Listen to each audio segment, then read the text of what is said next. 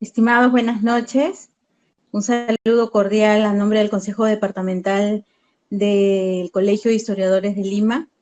En esta oportunidad y ante esta fecha tan importante en el que conmemoramos el Día Internacional de la Mujer, estamos presentando este conversatorio que hemos denominado Mujeres e Investigación, Testimonio de Historiadoras Peruanas, que nos resulta muy importante porque nos permite tener un espacio para reflexionar y que mucha gente conozca el rol que tuvo realmente la mujer a lo largo de la historia, no solamente peruana, sino latinoamericana.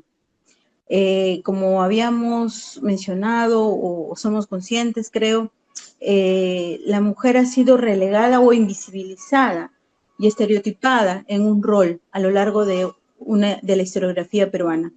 A lo largo de la historiografía peruana tenemos a una mujer esposa, hermana, acompañante, amante, pero no es así. Tenemos mujeres valientes que han roto esquemas a lo largo de todos los sentidos, en el campo político, universitario, social, como lideresas sociales, y que justamente en este día recordamos y conmemoramos las luchas que nos han antecedido para justamente tener derechos y oportunidades, y las luchas que estamos por seguir haciendo, por todavía los derechos que nos faltan conseguir.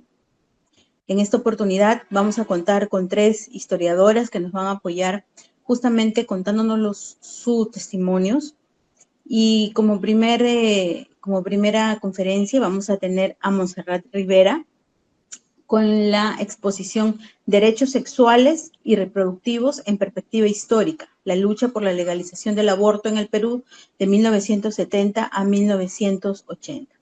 En esta oportunidad podemos decir de Montserrat que es integrante de la Comisión de Relaciones Públicas del Séptimo Congreso Internacional de Estudiantes de Historia. Ha desarrollado interés por la historia de las mujeres y la historia de género. Actualmente es jefe de práctica del curso América, Independencia y República, de 1808 a 1930. Ha desarrollado ponencias en el Centro de Estudios de la Mujer en la Historia de América Latina y el Instituto Raúl Porras Barnechea y el Instituto Sanmartiniano del Perú. Ha tenido publicaciones asimismo, en el cuales ha desarrollado temas como mujeres e independencia en la prensa peruana, mujer en la prensa hispanoamericana y libertadoras en tiempos de revolución. En ese sentido, Montserrat, brindarte las palabras de bienvenida a nombre del Consejo y dejarte para que nos puedas exponer el tema de esta noche. Gracias. Muchas gracias, Jacqueline, por la presentación. De hecho, me quedo con una de las reflexiones que señalabas, ¿no? Cierta historiografía representaba a las mujeres como compañeras de, más no como sujetos históricos en sí mismos, ¿no? Entonces me parecía bastante interesante eso que mencionabas. Y muchas gracias por el espacio también. Ahora voy a presentar mi pantalla, si me dan unos segundos, por favor.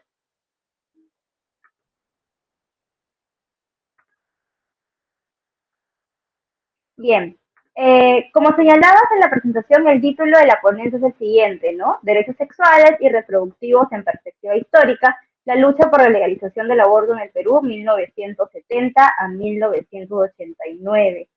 En realidad tengo que señalar también que estoy aquí exponiendo en algunas, algunos avances que he podido realizar en mi tesis de licenciatura. No es toda la tesis en sí misma, claro, porque eso me demandaría mucho más tiempo del que tenemos ahora, pero son unos avances que espero que puedan nutrir la perspectiva de las personas que están viendo y sobre todo cuestionarse ciertos privilegios, ¿no?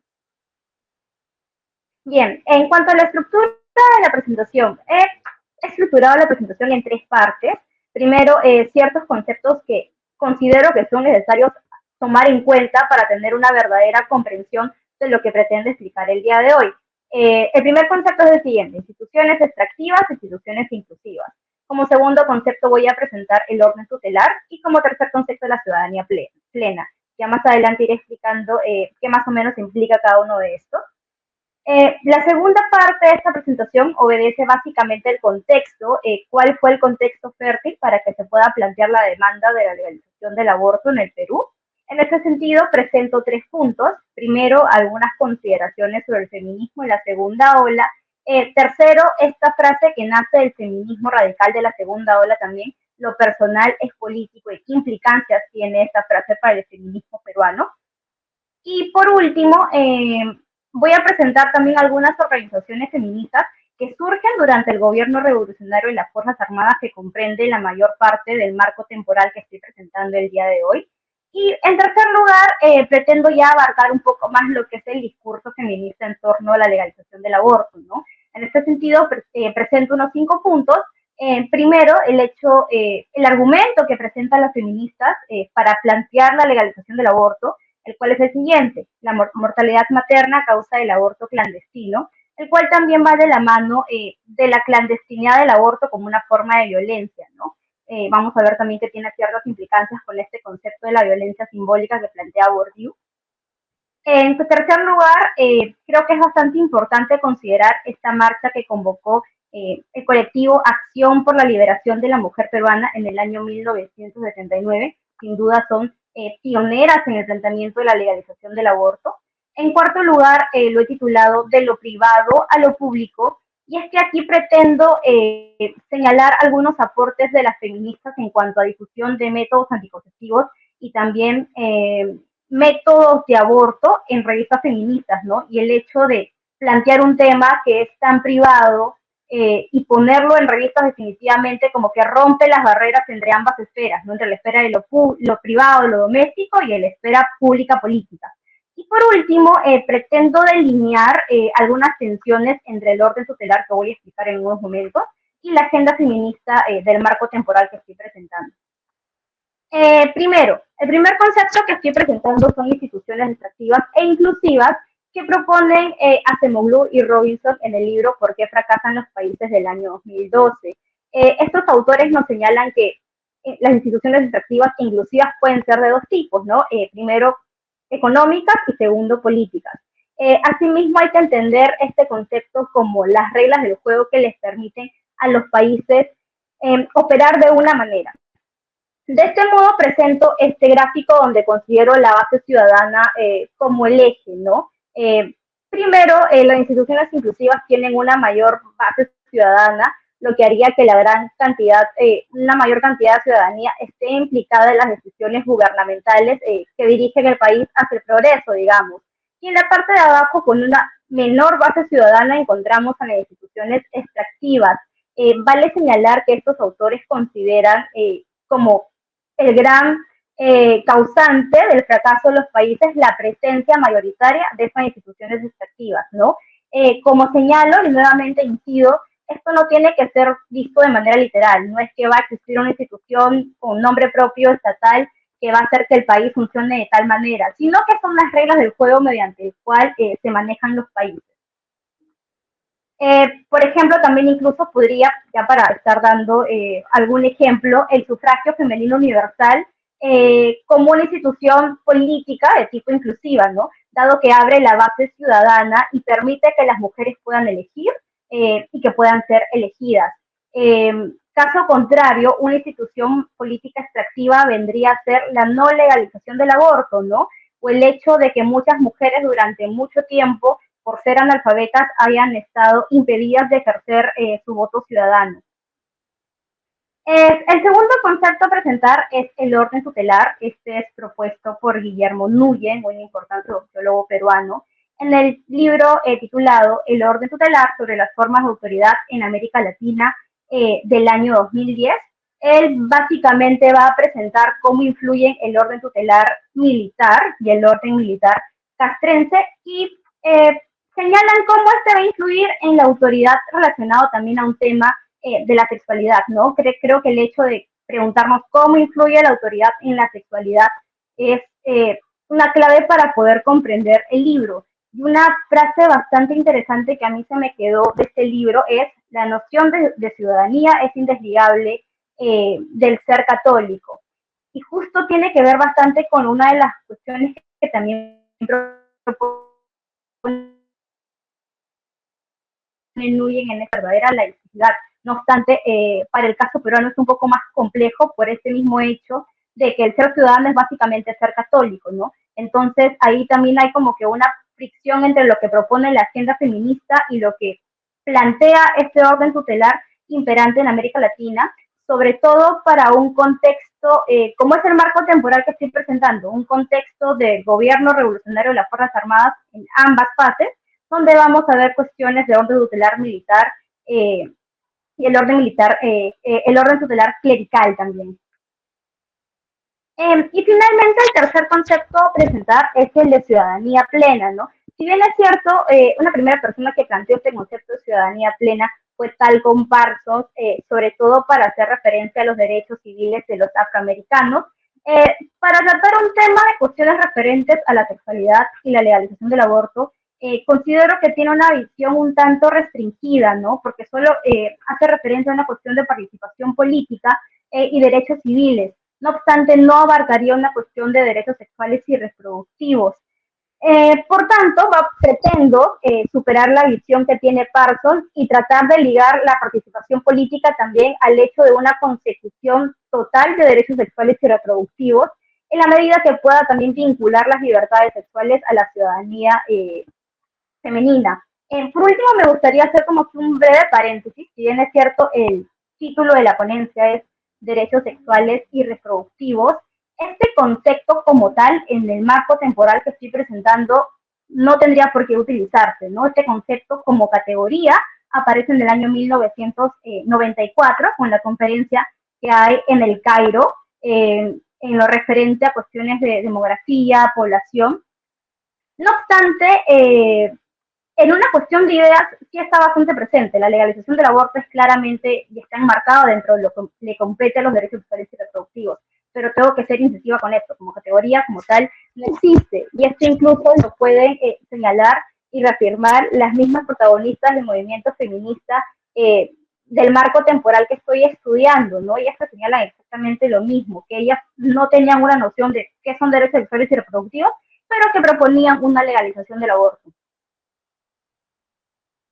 Bien, ya para entrar a la segunda parte, este es básicamente el contexto, ¿no? Y aquí primero no puedo prescindir de dar algunas referencias en torno al feminismo de la segunda ola. Bien, este va a empezar en la década de los 60, claramente está, y tiene un desarrollo debido al terreno fértil que se vivía para ese entonces, ¿no? Sobre todo en lo referente a demandas sociales, demandas relacionadas con las libertades sexuales, la libertad del cuerpo.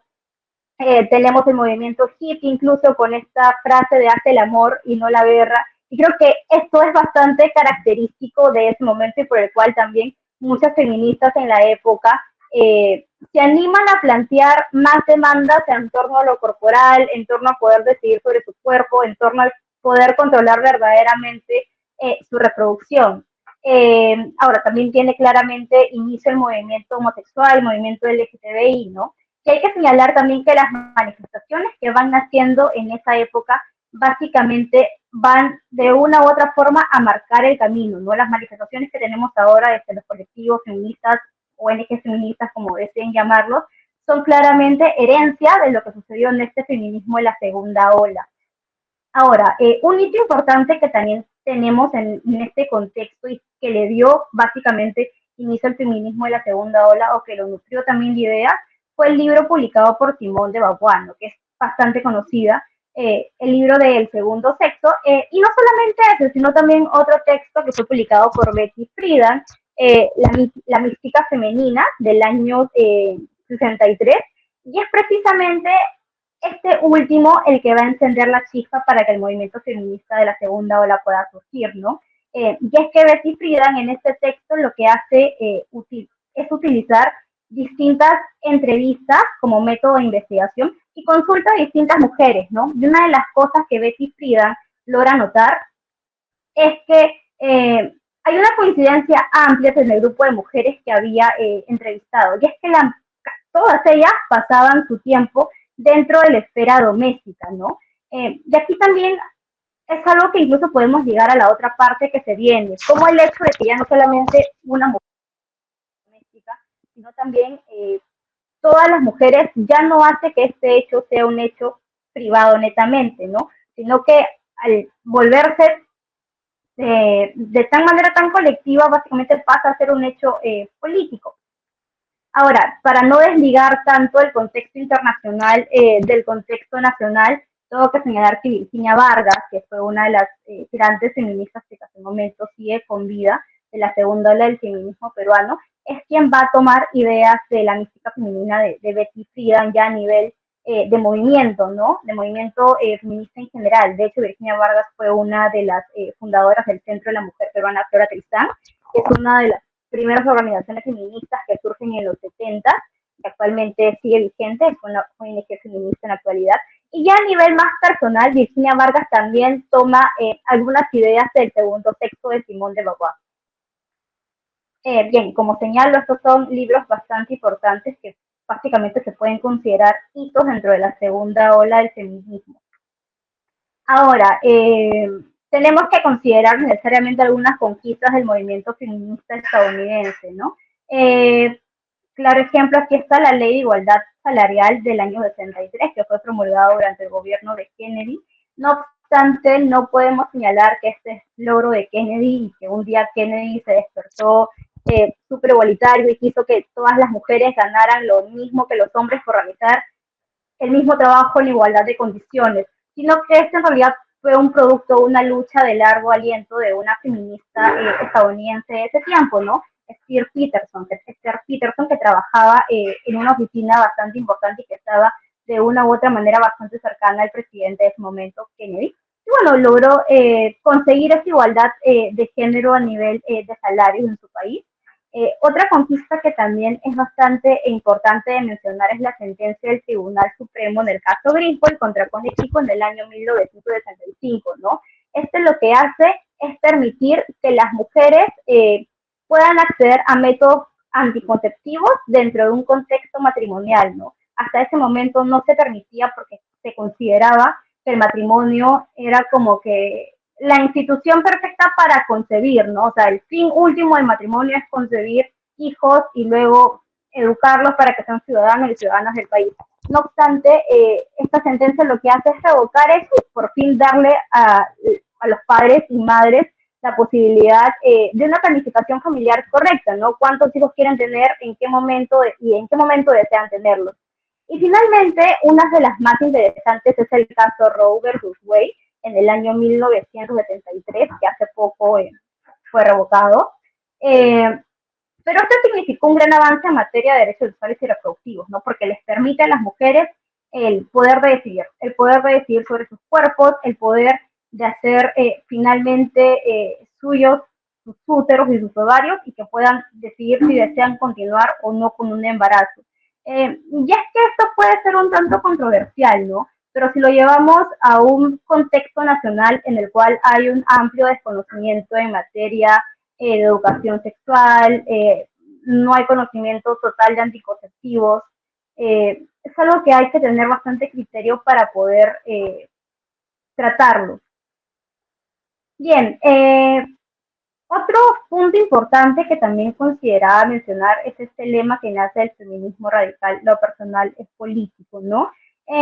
Cuando nos referimos a este lema, hacemos énfasis en lo importante que es poder ser conscientes que nuestras situaciones como mujeres en la vida privada van a tener una repercusión pública política.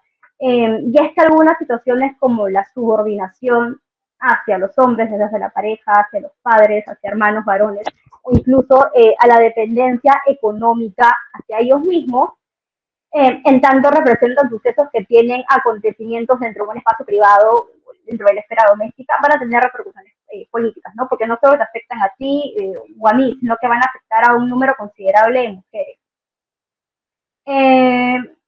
No obstante, creo que es también importante mencionar que más allá del factor género, hay que tomar en cuenta otro tipo de cuestiones, ¿no? Por ejemplo, hay condiciones que permiten llevar este dilema mucho más allá, como la clase social, la raza, la condición económica, y esto junto con el tema del género va a permitir que tengamos un análisis mucho más riguroso de los hechos.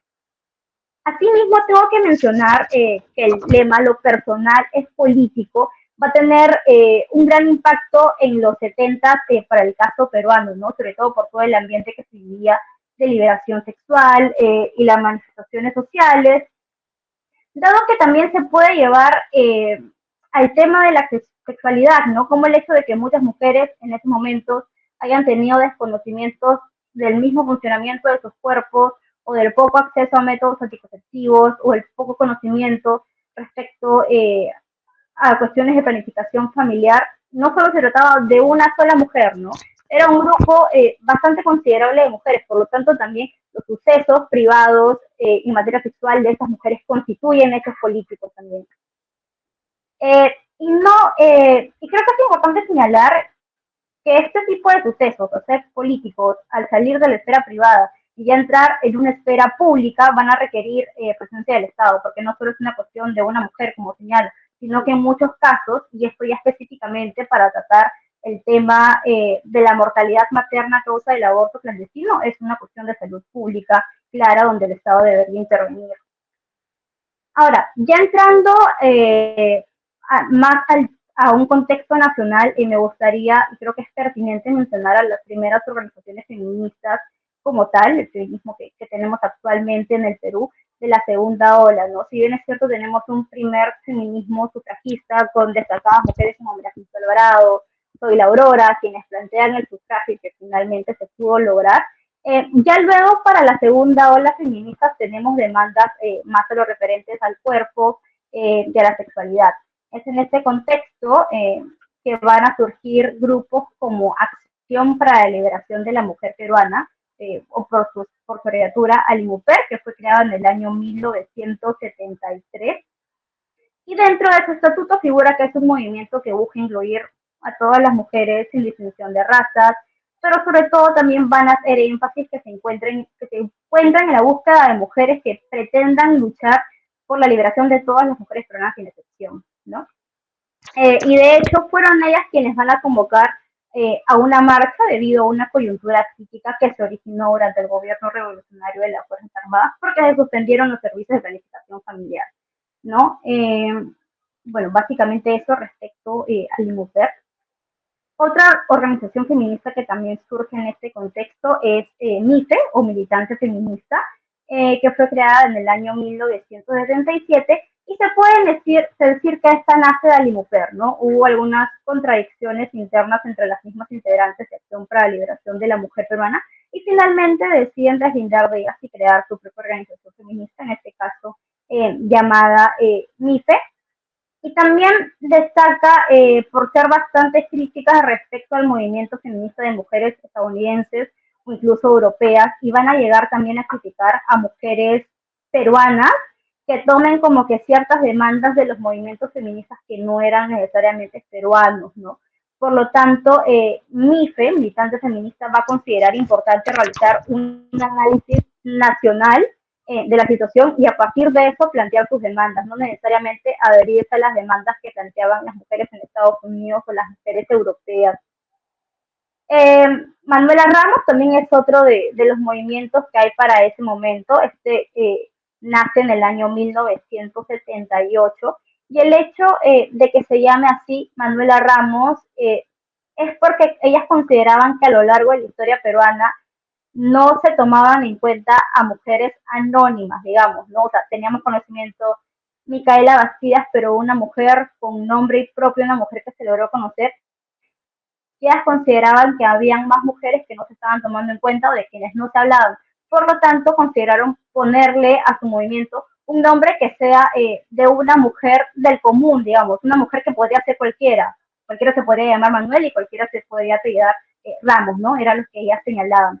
Y es interesante, ¿por qué? Porque aquí es que vamos a ver ya las militantes feministas cumpliendo una doble militancia, ¿no? No solo una militancia en organizaciones feministas, sino también en muchos partidos de izquierda. Y es importante señalar que para este contexto el feminismo necesariamente, digamos que suena un poco controversial decirlo, pero van a ser de la izquierda para este momento.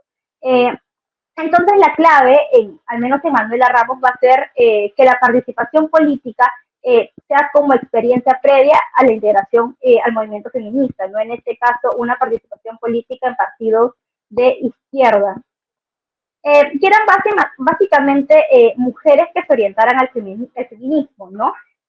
Ahora, Movimiento Manuela Ramos también crea un centro de asesoría legal y no solamente busca quedarse en eso, sino también que busca influir a nivel académico, y es aquí que también se va a tener una presencia de un movimiento feminista académico, van a empezar a entrar a las universidades, posteriormente, una década después, van a poder plantear programas de género, como los tenemos en Católica o los tenemos en San Marcos también. Otra organización feminista importante es el Frente Socialista de Mujeres, fue creado en el año 1978, y al igual que en Emanuela Ramos, también estas mujeres ejercen una doble militancia, ¿no? Participan en partidos políticos de izquierda y también, evidentemente, son feministas, y por lo tanto, para ellas la ideología socialista también va a ser fundamental en su formación como feministas. No obstante, ellas señalan que no solo se trataría de una cuestión de género, ¿no? O una liberación de género como mujeres, sino es también una cuestión de liberación nacional, tanto en la cual se puedan unir mujeres como sectores obreros y proletarios de todo el territorio peruano.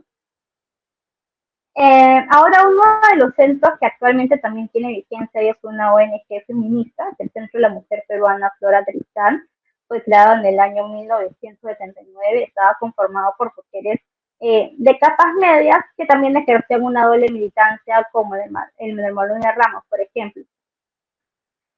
Así también el Centro de la Mujer Peruana Flora Tristán tuvo participación en la creación de la Comisaría de Mujeres de Lima y de hecho también brindaban servicio legal, ¿no? Y su servicio legal en realidad empieza a aparecer ya para el año 1989, 10 años después de su creación. Que al igual que en el Manuela Ramos también querían o buscaban influir a nivel académico. De hecho, muchas de las mujeres que eran parte de Flora Tristán posteriormente estaban en universidades buscando crear los programas de género que actualmente tenemos. Otra organización feminista de esa época es Mujeres en Lucha, fue creada en el mismo año, 1979. Esta se orientaba a las mujeres de clases trabajadoras y de clases populares, o también en donde se pudieran llegar incluso a las amas de casa, sobre todo mujeres jóvenes. Y estas no creían necesariamente que se trataba solamente de una opresión contra la mujer, ¿no? Sino que ellas consideraban que también había una opresión de la sociedad de clases, lo cual permitía que haya una explotación no solamente contra las mujeres, sino también que se sintiera esta explotación de parte de la sociedad patriarcal. Ya terminando con esta parte, me gustaría un poco más llegar al discurso feminista, ¿no? Y es que uno de los argumentos que ellas plantearon con bastante fuerza para poder demandar la legalización del aborto, legalización, claro está, no el aborto como hecho, porque el aborto está desde hace mucho tiempo y es algo que pasa y que va a seguir pasando, lamentablemente, y el hecho de tenerlo en la ilegalidad solo hace que mujeres fallezcan a causa de la situación de clandestinidad en la cual se encuentra el aborto. Para señalar Helen Orbit, que fue una de las importantes feministas de la segunda ola del feminismo peruano, sostenía que habían tres demandas importantes, ¿no? Primero, un aborto legal generalizado.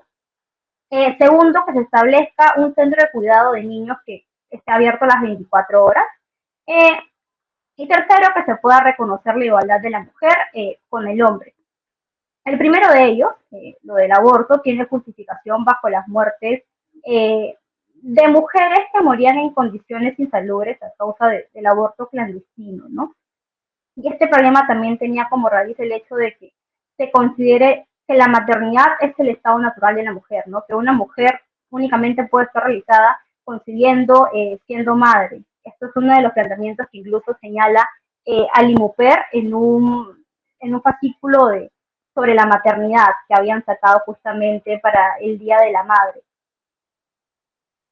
Ahora, la mortalidad materna no solo tiene que ver con mujeres que fallecen al momento de dar a luz tras los 9 meses en un embarazo planificado, ¿no? Sino también con todas las mujeres que morían en los consultorios clandestinos donde se practicaban el aborto, esto tras no poder encontrar salida a un embarazo que haya sido no planificado por no tener suficiente acceso e información a métodos anticonceptivos, sobre todo. Y en este problema también sigue teniendo una amplia responsabilidad el gobierno, quienes no pretenden legalizar el aborto bajo argumentos religiosos, no bajo argumentos científicos. como el hecho de que no se le puede negar la vida a un nuevo ser. No obstante, como señalo, por más que sea una práctica ilegal y por tanto con sanción judicial, el aborto no deja de practicarse. Y este como tal es un tema de decisión de las mujeres, ¿no? Pero también está y constituye un tema de salud pública. En este sentido, que existen resistencias de partes del Estado de entregarles a las mujeres la libertad plena para poder decidir, para que controlen su reproducción, el Estado debería tratar de frenar esta cantidad innumerable de muertes de mujeres y situaciones de clandestinidad por el problema del aborto, porque es debido a esta clandestinidad que realmente fallecen. Y con ello no quiero decir que se deberían intensificar las medidas legales, ¿no? Y la persecución judicial que ya de por sí enfrentan las mujeres que buscan interrumpir sus embarazos, sino que el hecho de trasladar el aborto de lo clandestino a lo legal, las condiciones en las cuales se dan las prácticas abortivas van a mejorar considerablemente. Y al no existir criminalidad en este proceso, también se eliminan a las personas que buscan lucrar por abortos mal realizados.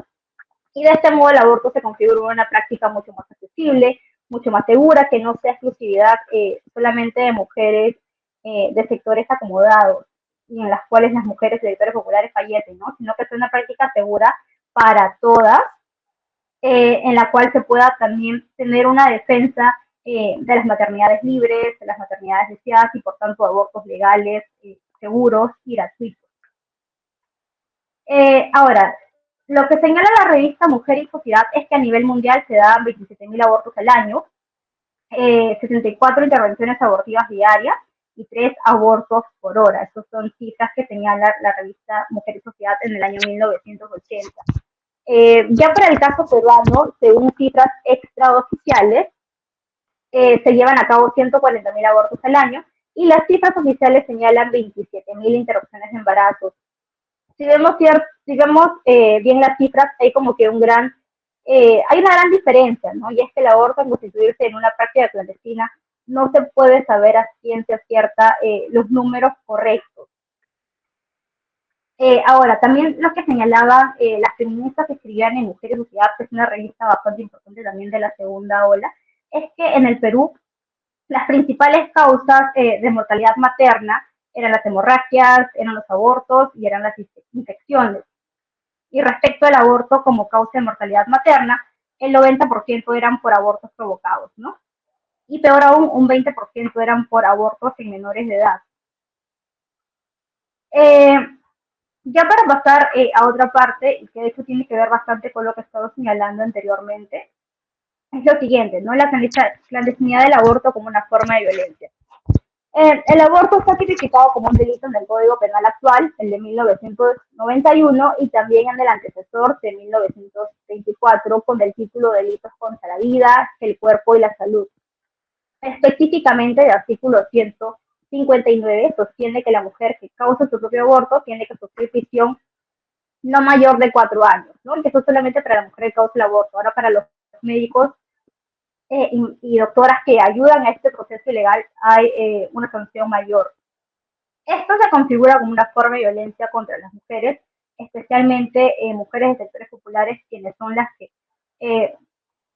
suelen fallecer en condiciones bastante insalubres, porque, a ver, seamos sinceros, las mujeres con mayor poder económico pueden acceder a un servicio de interrupción de embarazo mucho más seguro.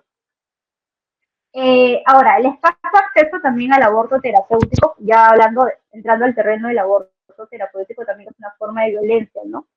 Ya está el artículo 166 del Código Penal de 1964, señala que no es reprimible el aborto practicado por un médico con consentimiento de la mujer encinta, si es que no hay forma de salvar su vida, ¿no? No obstante, no hay un acceso real al aborto terapéutico, a pesar de que es legal en el Perú desde el año 1924. Es en el año 2014 que recién el Ministerio de Salud va a emitir la Guía Técnica Nacional para poder interrumpir el embarazo de las mujeres que están en peligro de fallecer. Y todas aquellas restricciones y barreras se van a enmarcar dentro de lo que se conoce como la violencia simbólica, ¿no? siendo este un mecanismo no necesariamente de violencia física, sino también un mecanismo de control donde las países son mucho más complejas y disculpen, el patriarcado está bastante presente en estas decisiones que se tomen respecto al caso acceso al aborto terapéutico.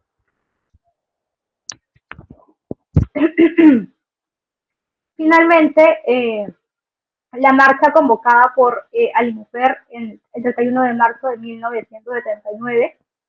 De hecho, para poder señalar esto, le realicé una entrevista a Virginia Vargas, una importante feminista de la segunda ola del feminismo peruano, y ella señalaba que su feminismo y su permanencia feminista es que realmente va a tomar forma con esta marcha que convoca Acción para la Liberación de la Mujer Peruana en el año 1979.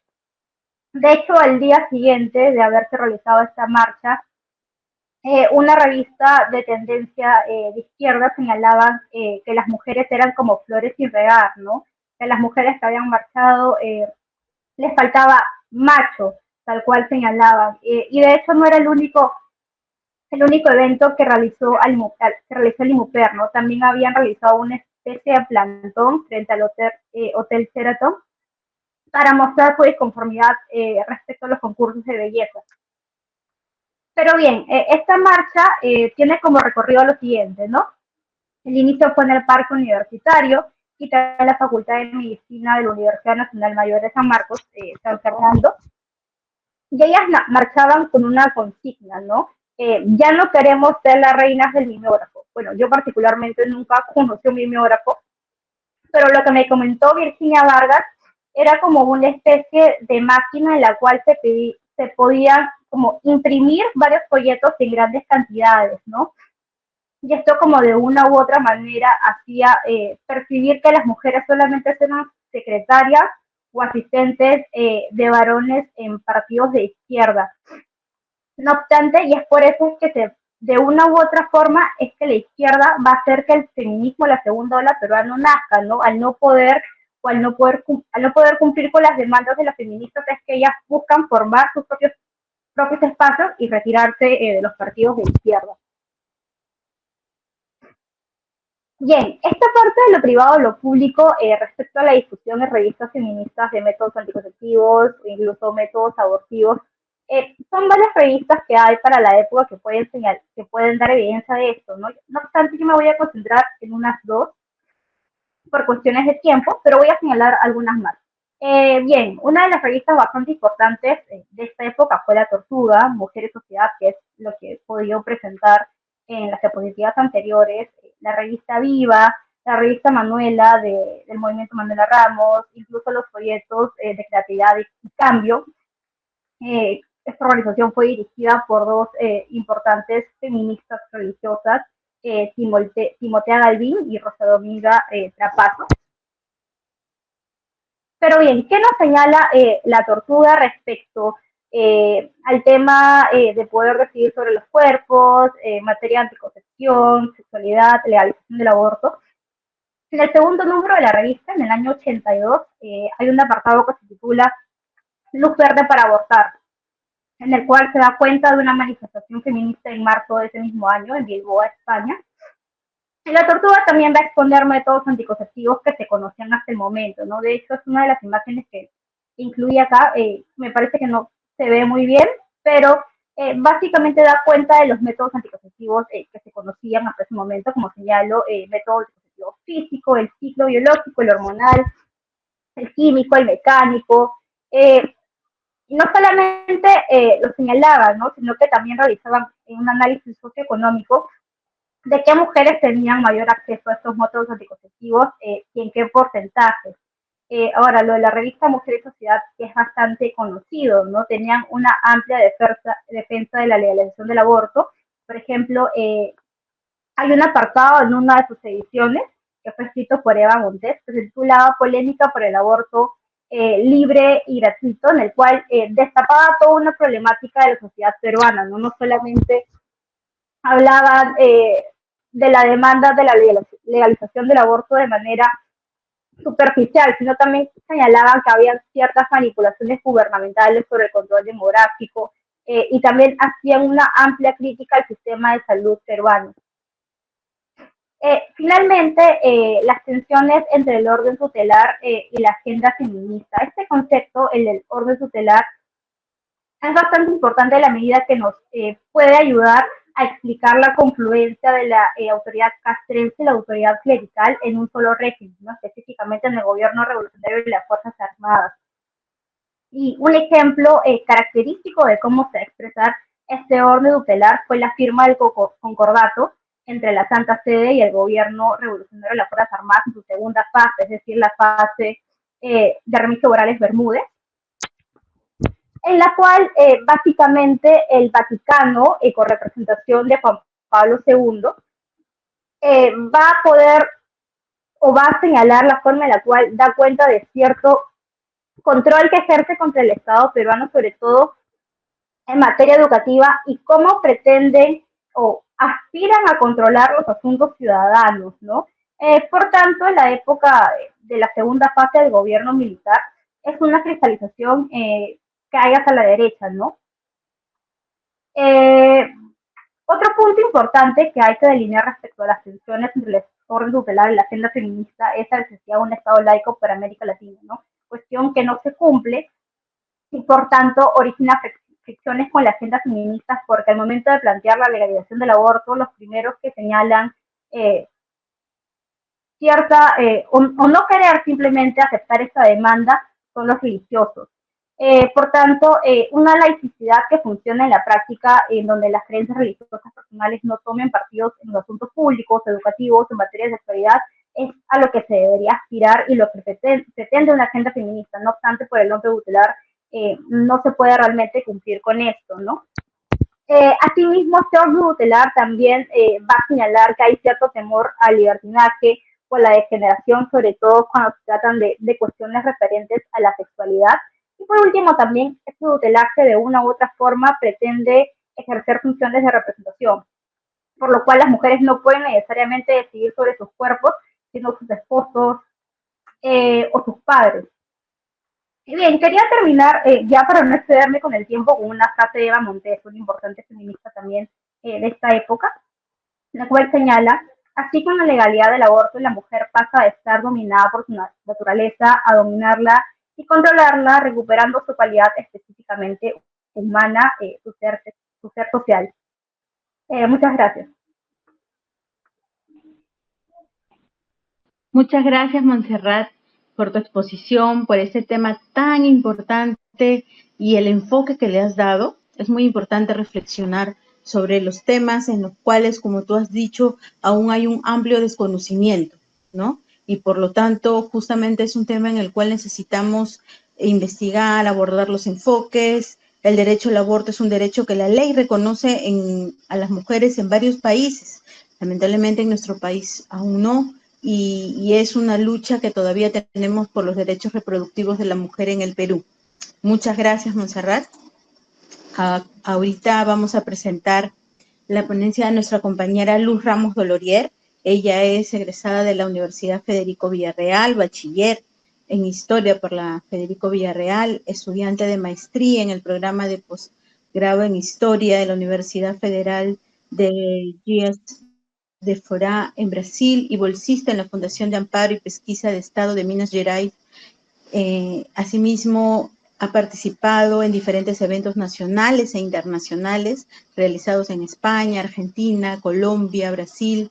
Asimismo, también es colaboradora en la serie documental Históricas Precursoras por la Igualdad en el siglo XX, curadora y directora por Karen Bernedo. Colaboradora también en el libro Las Mujeres de la Independencia del Perú, editado y coordinado por Sara Beatriz Guard. Asimismo, es fundadora del colectivo de estudios feministas y género UNFB e integrante del grupo promotor de la Asociación de Historia de Mujeres en el Perú. Esta noche Stephanie va a compartir con nosotros el tema de la presencia de las mujeres en las Fuerzas Armadas de América Latina del siglo XX. Stephanie, bienvenida, te dejo para que nos expongas tu tema. Buenas noches a todos y a todas. Muchas gracias, Jacqueline. Un agradecimiento también especial por la invitación. Espero que se me escuche bien mi audio. Y el día de hoy, bueno, antes de comenzar, también agradecer por la invitación y también un caluroso saludo a quienes con quienes estoy compartiendo mesa ahora de manera virtual.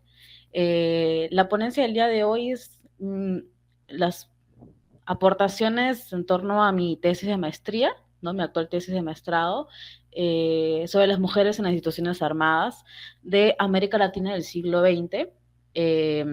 Una de las cosas que me gustaría iniciar comentando es que esta investigación surgió por más de unos 5 años, en las cuales comencé a elaborar dentro del Instituto de Estudios Históricos Aeroespaciales del Perú. Siempre recalco a esa institución porque fue ahí en donde germinó esta investigación, en el que ahora es mi tesis de maestrado, en torno a la presencia de las mujeres en la aviación y en la aeronáutica peruana, ¿no? Si bien es cierto, han habido muchos libros, muchos textos en torno a la figura heroica de muchos aviadores, de muchos héroes, soldados, combatientes en la aviación peruana, ¿dónde estaban las mujeres? ¿No? Y fue ahí en donde surgió esta interrogante, esta gran interrogante: ¿dónde están las mujeres? Las mujeres no han volado, no han estado presentes en la aviación.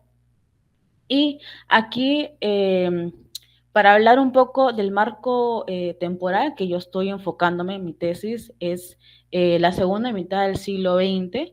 Si bien también, como lo estaba comentando quien me antecedió, Montserrat, ya ha habido también una presencia de movimientos de mujeres, movimientos feministas, ¿no? Ya había una movida en esa época. También se va a producir una modernización o una imagen de modernización de las instituciones militares, de las instituciones armadas, no solamente en Perú, sino en toda América Latina.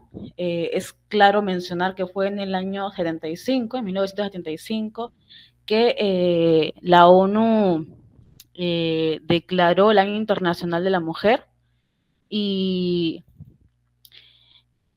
entonces, justo, bueno, más adelante lo voy a mencionar, pero en el 75 también fue el año de la mujer peruana, que declara el gobierno militar Juan Velasco Alvarado, ¿no?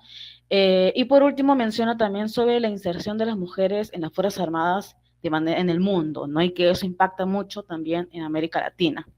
Entonces, eso es un poco para aterrizar, ¿no? Y algunas también pautas introductorias a esta investigación. Yo aquí coloco también algunas mujeres pioneras, ¿no? Si bien es cierto, en la actualidad se conoce mucho más a esas primeras mujeres quienes marcaron un hito histórico importante, ¿no? Las primeras mujeres quienes volaron, por así decirlo. Entonces, aquí voy a más o menos a mencionar algunas. En el caso de Uruguay, una de las pioneras es Marta Bani, ¿no? Que en 1949 también está Adela Amede, Elsa Errázmuspe, Irma Errázmuspe, y en 1966 la alférez María Rugnon Gamis. En Chile también vamos a ver a las pioneras que fueron Graciela Cooper Godoy, Margot Duval de Sotomayor, ¿no? Constanza Ridelli, entre otras. Y en 1974 vamos a tener la presencia de las mujeres en la Escuela de Especialidades de la FACI, ¿no? de la Fuerza Aérea Chilena. En Argentina, las pioneras tenemos a Alejandrina Dumont, a Susana Ferrari, Billinghurst, y entre otras, ¿no? En el caso ecuatoriano, una de las pioneras es Hermelinda Urbina, a Anita Swenton, Aura Almeida de Morán y Raquel Svierkovich. En Colombia tenemos a una de las pioneras en la aviación, a Carmela Leonila Torres de Franco, y fue en 1979 en la que se va a dar el primer curso de oficiales de los cuerpos administrativos número 10 en la Fuerza Aérea Colombiana. En el caso de Perú, tenemos a Carmela Combe e Inés Toma.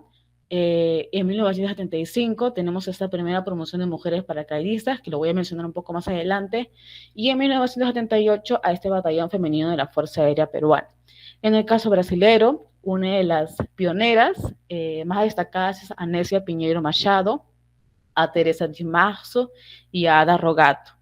En 1982 tenemos el Cuerpo Femenino de la Reserva Aeronáutica, que también voy a mencionar un poco más adelante. Entonces, aquí también muestro algunas fotografías, por ejemplo, de Teresa de Marzo, de Nécia Pinheiro Machado, de Ada Leda Rogato, aquí Berta Cerón, de Carmela Combe. Bueno, entonces, para ahondarme en el caso de estas primeras mujeres, se es más difundido, ¿por qué? Porque han sido las pioneras. Entonces, aquí en el Perú, muchos de los textos, incluso yo recuerdo que uno de los textos básicos de mi secundaria mencionaban a Carmela Combe, pero así muy vagamente, ¿no? No se explayaban más, se expandían mucho más para conocer la historia de esta mujer. Y en la actualidad, el año pasado Carmela Combe fue condecorada con el Orden al Mérito de la Mujer por el Ministerio de la Mujer, ¿no? Incluso hay toda publicaciones en torno a ello. Y también está el caso de Carmela Combe e Inés Toma, ambas fueron las primeras mujeres en volar avión, pero estaba más en el caso de la aviación civil, no en la aviación militar, que hay también unas claras diferenciaciones. Entonces, con estas primeras mujeres, con estas pioneras en todo el caso de América Latina, y que yo me evoco más en el caso peruano, me voy a dar con la sorpresa de que, si bien es cierto, en el 96 la mujer ya podía ingresar a las instituciones armadas de manera legal, porque ya había una ley que se emite en 1996, pero recién se ejecuta en 1997, había un antecedente de mujeres que también ingresaron a esas instituciones armadas, como es en el caso del año 1975, de esta primera promoción de mujeres paracaidistas militares, y de 1979 con este primer batallón de la Fuerza Aérea Peruana. Entonces, mucho antes de llegar al caso específicamente peruano, también en todo ese tiempo de investigación, de pesquisa, me di con la sorpresa de que también hay otras mujeres que estuvieron invisibilizadas en ese contexto histórico. Estamos hablando del siglo XX, ¿no?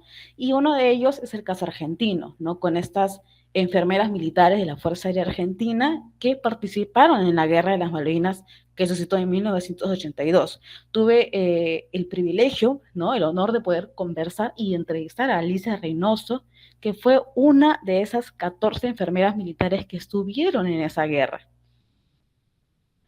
Ahora bien, o como dicho, cuando realicé la entrevista a Alicia, ella me cuenta que terminaba la guerra, no hubo un proceso de reconocimiento, es decir, el Congreso argentino hay una ley incluso, que eso lo profundizo más en mi investigación, pero aquí solo para mencionar, cuando termina la guerra, ellas por ley tienen un reconocimiento, no solamente ellas, sino todas las personas, todos los héroes quienes participaban en ese conflicto bélico, pero después de ahí ellas fueron totalmente silenciadas, totalmente invisibilizadas por la historia institucional de la Fuerza Aérea Argentina. Entonces ha sido una lucha constante, no solamente de Alicia, que en primera instancia Alicia fue la que Alicia Reynoso inicia esta lucha para el reconocimiento no solamente de los derechos, sino también de todo lo que le corresponde como una veterana de guerra, ¿no?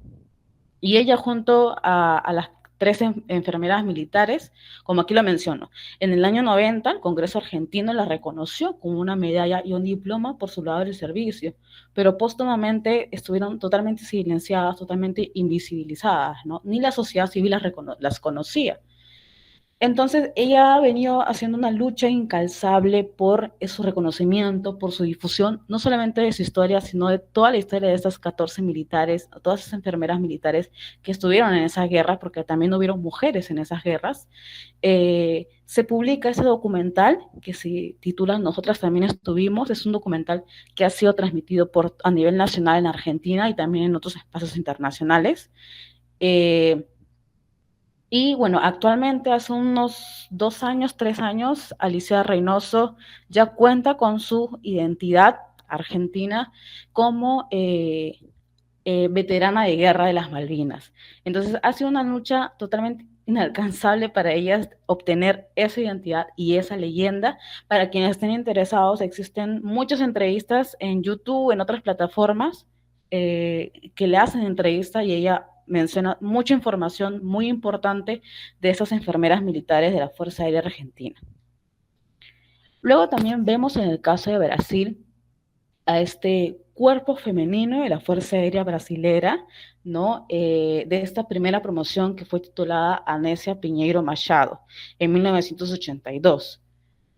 Ahora, en el caso brasilero, perdón, vamos a dar cuenta que si bien es cierto, esa primera promoción de 1982 continuó, no fue paralizado como en los otros casos que voy a mencionar más adelante en el caso peruano. Esta primera turma, esta primera promoción, siguió constantemente hasta el día de hoy.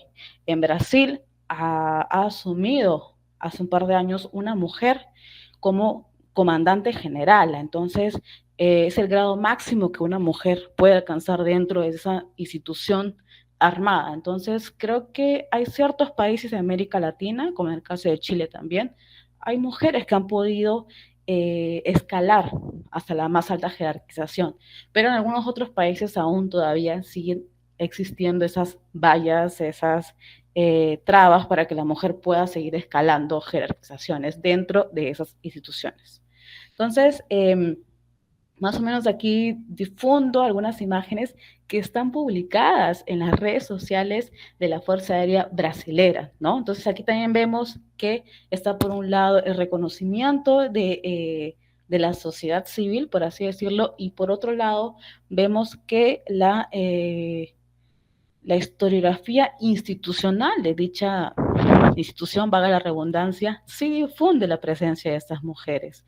Entonces, en el caso brasileño hay mucho, es muy importante porque si bien Brasil es un país muy grande, existen algunas personas dentro de la academia que conocen, que saben que existieron esas primeras aviadoras, no conocen la historia de estas primeras promociones de mujeres en la Fuerza Aérea, ¿no?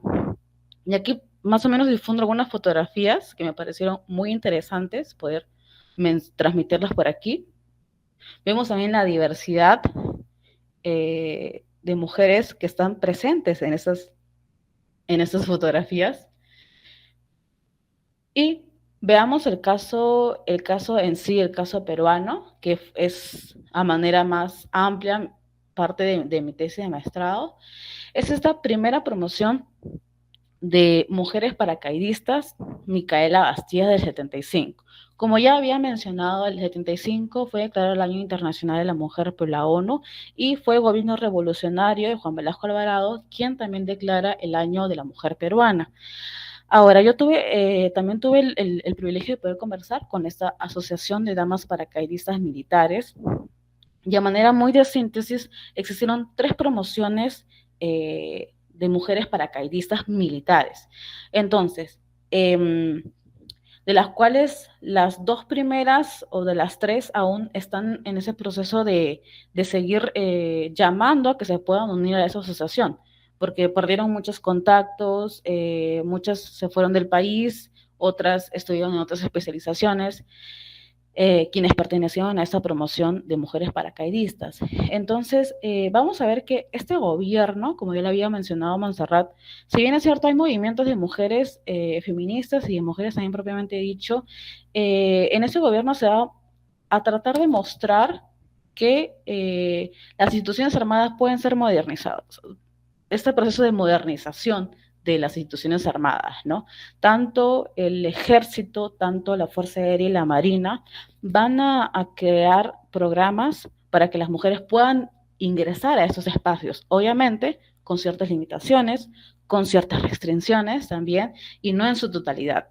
Hay mujeres que especializaciones propiamente de esta estigmatización social de las mujeres, ¿no? Y que solamente ellas pueden hacer roles más de salud, más de cuidado, más administrativo, más secretarias, etcétera. Aún no estas especializaciones de casa, de armamentos, etcétera. Entonces, vemos aquí esta primera promoción de mujeres paracaidistas militares, quienes también en su momento han estado totalmente invisibilizadas por la Escuela de Paracaidistas del Perú, y fueron ellas mismas quienes también tuvieron que ir a la institución, mencionar que ellas hicieron historia, porque esa primera promoción de mujeres fue el Perú quien tuvo ese reconocimiento de haber realizado un salto masivo de más de 50 mujeres. Entonces, ningún otro país de América Latina realizó ese tipo de hazañas.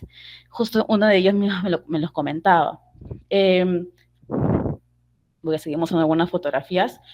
Ya ahora, en la actualidad, el Ministerio de Defensa publicó un video de donde 2 o 3 mujeres quienes pertenecen a esta asociación dan a conocer la historia de estas mujeres y el hito histórico importante que realizaron en la Escuela de Paracaidismo del Perú.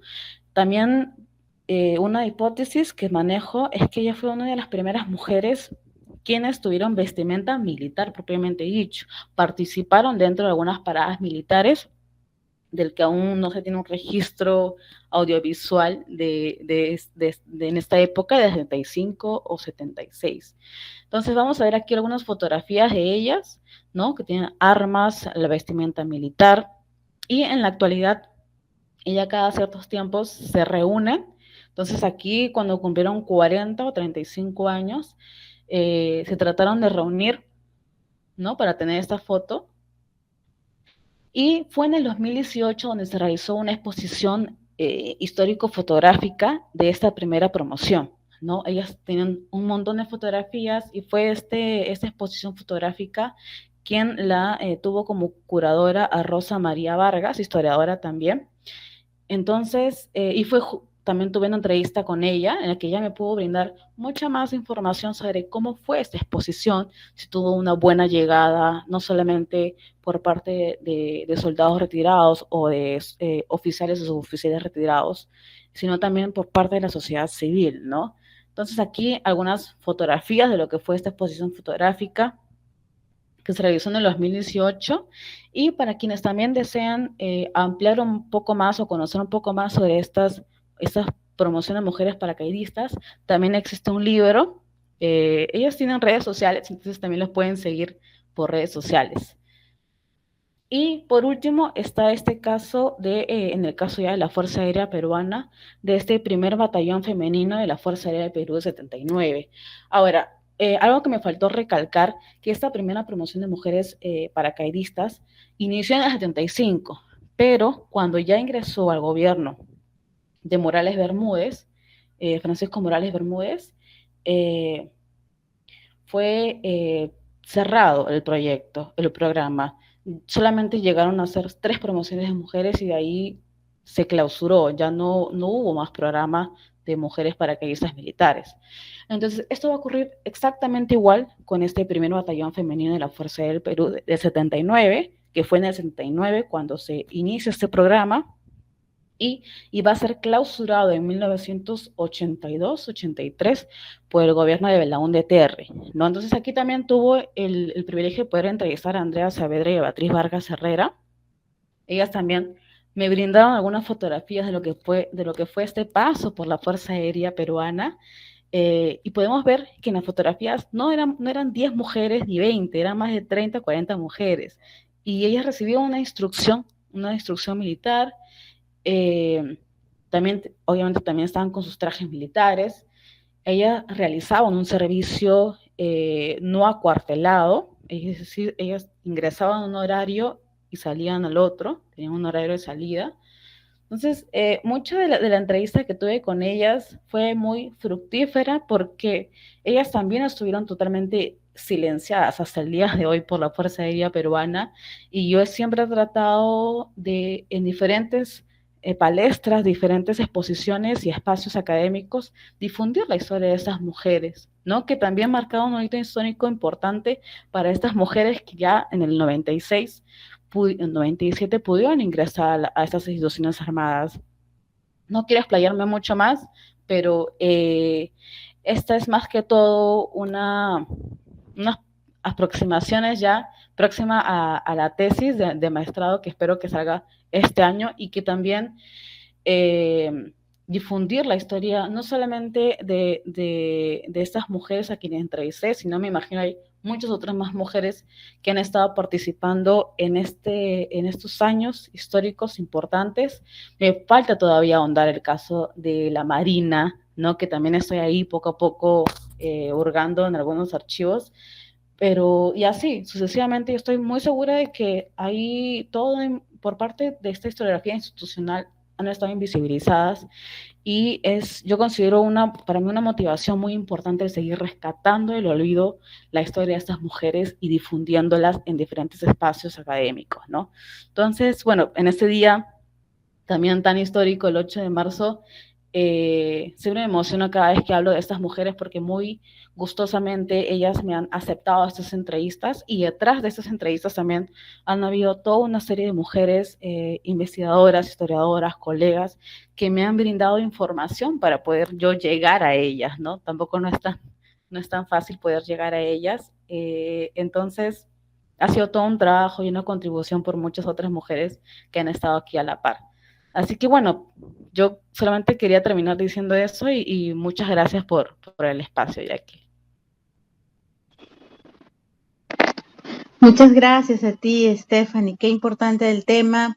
Me quedo con una frase que estuvo en tu exposición, que es el nosotros también estuvimos, ¿no? Que creo que representa justamente las investigaciones lo que dan a conocer, que nosotras tuvimos un rol que ha estado invisibilizado, como bien señalas y como lo dije al principio, pero que como investigaciones como la que hace Montserrat, como lo que haces tú y como la que justamente nos va a comentar Tania, es importante para exponer el papel de la mujer en la historia del Perú. Muchísimas gracias, Stephanie, felicitaciones por tu tema.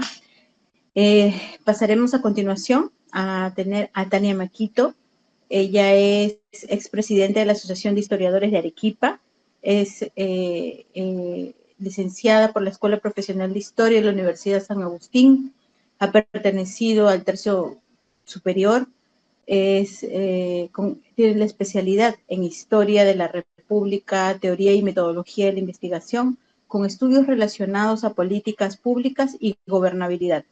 Actualmente realiza actividades relacionadas a la investigación, ella la proyección social y territorial, y le permite pues esto tener un mayor alcance y análisis de justamente los problemas que suceden en la actualidad como sociedad. El tema que nos va a tocar Tania es la investigación histórica como una opción de vida. Tania, muchas gracias. Muchas gracias, Jacqueline. Felicitaciones, Luz, Montserrat. Interesantes los dos temas que han tratado.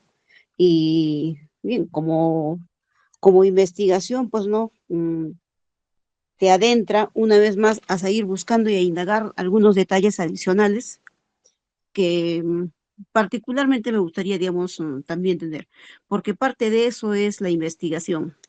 Y adentrándonos, digamos, a lo que, digamos, ya es parte de lo que, digamos, lo que se me pide, hablarles sobre la investigación como una opción de vida, en el caso mío también. Primero, disculparme porque estoy en un lugar algo oscuro, no va a ser posible, digamos, proyectar la imagen mía, pero sí, digamos, podemos conversar sobre este tema y creo que empezaríamos por preguntarnos qué es investigar. Y yo diría que es realizar las diligencias habidas y por haber para descubrir algo. Y muchas veces este proceso que encontramos, donde encontramos, ¿no?, las pruebas y algunos otros temas como en el camino que nos van llevando a otros conocimientos y así vamos enlazando uno con otros. De allí que se diga que investigar es profundizar un conocimiento. En historia, nosotros nos han enseñado a recopilar información, la organizamos y luego la analizamos. Y por lo mismo es contradictorio, porque para buscar algo nosotros tenemos que tener conocimientos previos, incluso haber acopiado información, es decir, nuestras investigaciones terminan siendo la continuación o el antecedente de una investigación previa. Y esa nueva investigación, ya sea anterior o posterior del tema que, digamos, que ya hemos investigado, es otro tema que termina rondando nuestras mentes y si no le damos la importancia va a seguir ahí y nosotros con la pregunta, más preguntas y tratando de buscar respuestas. Finalmente nos preguntamos si cómo y por qué investigamos en el caso de historia, ¿no? Antes habría que preguntarnos para qué sirve la historia. Siendo pasado a la historia para explicar la realidad actual, nuestro presente. Solo con ella nosotros podemos entender que las cosas, o por qué las cosas son como son, ¿no? Tenemos una respuesta para nosotros. Por qué nuestra cultura, nuestra educación, nuestra política, la economía, e incluso nuestro nivel de tecnología es como eso, o como lo conocemos. Y para empezar, pues, ¿no? La historia nos permite a nosotros conocer o entender el presente, y si lo desconocemos, no sabríamos hacia dónde vamos o de dónde venimos, o cuál es nuestro pronóstico, por decirlo así, dónde debemos cambiar o dónde mejorar. Como nos permite a nosotros comprender ese presente, nosotros podemos reconocer cambios, nos proporciona una identidad, nos permite conocer modelos a seguir, nos inspira como experiencia pasada y obliga a tenerla presente. Aquí nosotros nos preguntamos si la historia es, pues, no tan importante, ¿por qué durante las últimas décadas fue dejada de lado? ¿Cuáles son sus efectos actuales? ¿A quién benefició? Y mil preguntas que yo supongo, ¿no? Y deben estar ya siendo investigados por los investigadores. Son temas, bueno, de actualidad que te llevan a investigar cada vez más.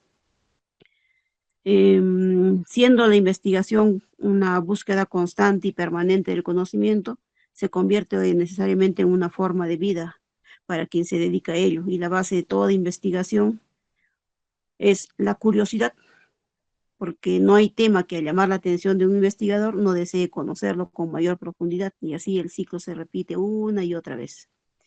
En base a ello me han preguntado por mi experiencia en el campo de la investigación, y yo creo que lo vamos a dividir en dos partes.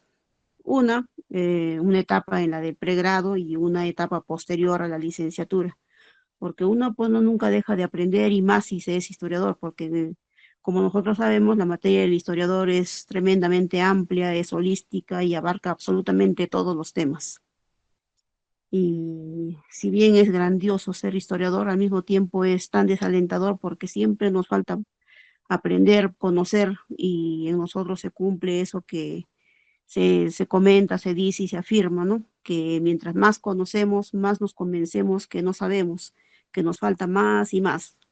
Somos o reconocemos que somos los más ignorantes que pueden haber, porque estamos conociendo y al mismo tiempo surgen más preguntas y que requieren más respuestas. Comenzaré diciendo que durante la etapa de formación te piden como parte de las materias investigar temas pequeños y a manera de cumplir con las evaluaciones de curso, uno se adentra cada vez más en temas diferentes. Ya en el caso mío, mis primeras investigaciones fueron sobre la agricultura ancestral en América Latina, siguiendo otro tema sobre la influencia del clima en el proceso agrícola. Y al mismo tiempo, digamos, como procesos agrícolas, me interesó los temas sobre aguas. Y un tema llevaba pues a otro, ¿no? Y así, después del tema de aguas, seguí con un tema sobre la contaminación ambiental, pasando ya por un tema geográfico. ¿Ya? Me interesó ya el tema, digamos, todo lo que tiene que ver con contaminación ambiental, seguido por el geográfico, todo lo que es, digamos, la parte geopolítica. Y sobre el mismo, el tema de los tratados internacionales de límites y con ello el rol de los diplomáticos y los intereses económicos que mueven la política internacional, principalmente las funciones de los consulados. Comprenderán que aquí, hablando ya, digamos, de lo que es geopolítica y la comprensión y cómo se movía en la política internacional, empezó a aparecer, en el caso mío, en forma paralela, mi interés por el tema de la guerra con Chile de 1879, que debió ser, por lo avanzado que ya se encontraba, bien, digamos, yo ya estaba en la etapa ya, digamos, de finalizarlo todo. El tema de la tesis profesional de licenciatura debió ser, pues, ¿no? Como les decía, el tema de la guerra con Chile. Y esto es algo que nunca he negado y siempre lo he puesto como anécdota para todos. Y habían preguntas que no tenían respuesta y continuaba yo investigando, ¿no? Surgieron preguntas como, por ejemplo, ¿por qué comenzó la guerra con Chile? ¿De dónde ese interés chileno por los territorios peruanos? ¿Cuál era eso de la política de Portales? ¿Por qué se hablaba del rencor por la firma del Tratado de Pocarpata? Y mil preguntas cuyas respuestas no las encontraba claras y siempre había, pues, ¿no? Para poder buscar. No entendía muy bien y no encajaba todo esto. Y fue ese escarbar permanente y hasta vicioso, diría yo, que llegué al tema de la Confederación Perú-Boliviana, que terminó siendo el tema de mi tesis de licenciatura. Ese tema de investigación habría continuado en retroceso porque ya estaba en el tema de la Confederación y adentraba y escarbaba y estaba ya buscando lo que es el pensamiento político de Simón Bolívar y los políticos y digamos, filósofos que él empezó, o que él había leído, ¿no? Y te piden, pues, ¿no? Que tienes que pararla ya y no, digamos, no seguir escarbando, tienes que aterrizar, tienes que, digamos, madurar lo que ya has investigado. Y el tema de la confederación, pues, no, ya estaba ya hecho como para poder, digamos, presentarlo y fue parte de, digamos, de la investigación, no diría trunca, sino, digamos, un tema que debía de presentarse y quedar como estaba ya. Y ese fue, como muchos conocen, es el tema de mi tesis de licenciatura, con el cual yo me he graduado.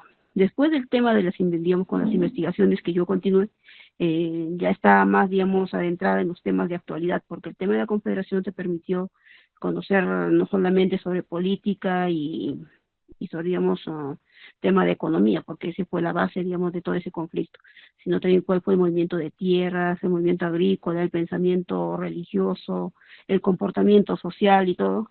Y eso te permite, digamos, adentrarse más a temas de actualidad.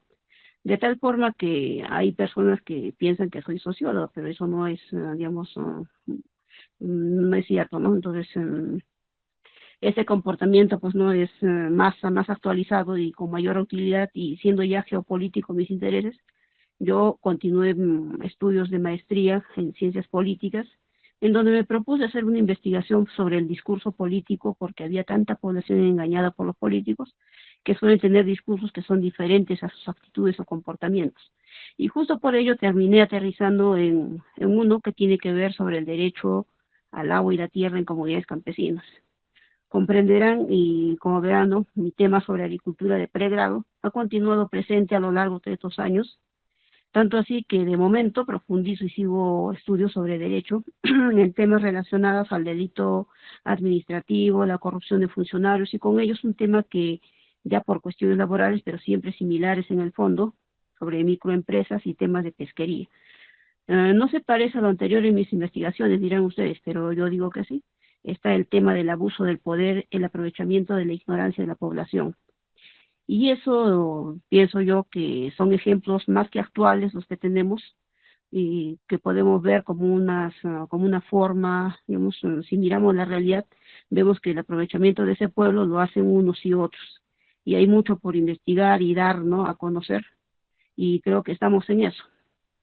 Y pienso que eso es una forma de vida, porque pienso que mi curiosidad me lleva a estar llena de preguntas y como investigadores somos expertos en preguntar, en indagar, averiguar y hasta husmear, si lo prefieren decir, ¿no?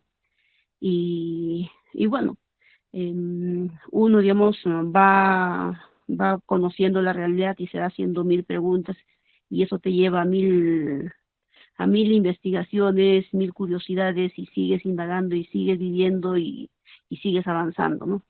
Yo considero que eso es una forma de vida para un investigador o una persona que se dedica a la investigación, ¿ya? Y por eso, digamos, quiero felicitar a Luz, a, a Montserrat, que me han resultado temas muy interesantes, en el caso de Montserrat, sobre la lucha que hemos tenido por un tema, ¿no?, que antes fue solamente, digamos, una cuestión legal, pero bueno, vamos avanzando en el tema, digamos, de los derechos femeninos, y en el caso de Luz, un tema militar, que es un tema que les digo, muy grandioso de apreciar, porque no ha habido la participación, o se ha invisibilizado la participación de las mujeres en este tipo de temas. Yo realmente las felicito por esos son los temas que van investigando. Y a ti, Jacqueline, por invitarme a participar y dar, digamos, en forma breve una experiencia de vida que tengo yo. Muchas gracias. Muchas gracias, Tania. Muchas gracias por tu participación. Agradecerle a las ponentes que el día de hoy nos han acompañado y que con sus investigaciones aportan nuevamente a visibilizar el rol de la mujer en la historia. Y esa es una tarea que tenemos pendientes como historiadores, ¿no? Fomentar más espacios donde se puedan difundir las investigaciones, porque esto enriquece nuestro conocimiento y también es una forma de aportar a la sociedad y aparte conmemoramos un día muy trascendental para nosotras. No un día de celebrar, porque conmemoramos las luchas que nos han antecedido, como mencioné en un principio, y las luchas que nos faltan todavía por conquistar, ¿no? A nombre del Consejo Departamental de Lima, del Colegio de Historiadores, agradecerle también a nuestro público que el día de hoy nos han acompañado y que esperamos que en próximos eventos también nos puedan acompañar con su presencia. Buenas noches a todos. Buenas noches.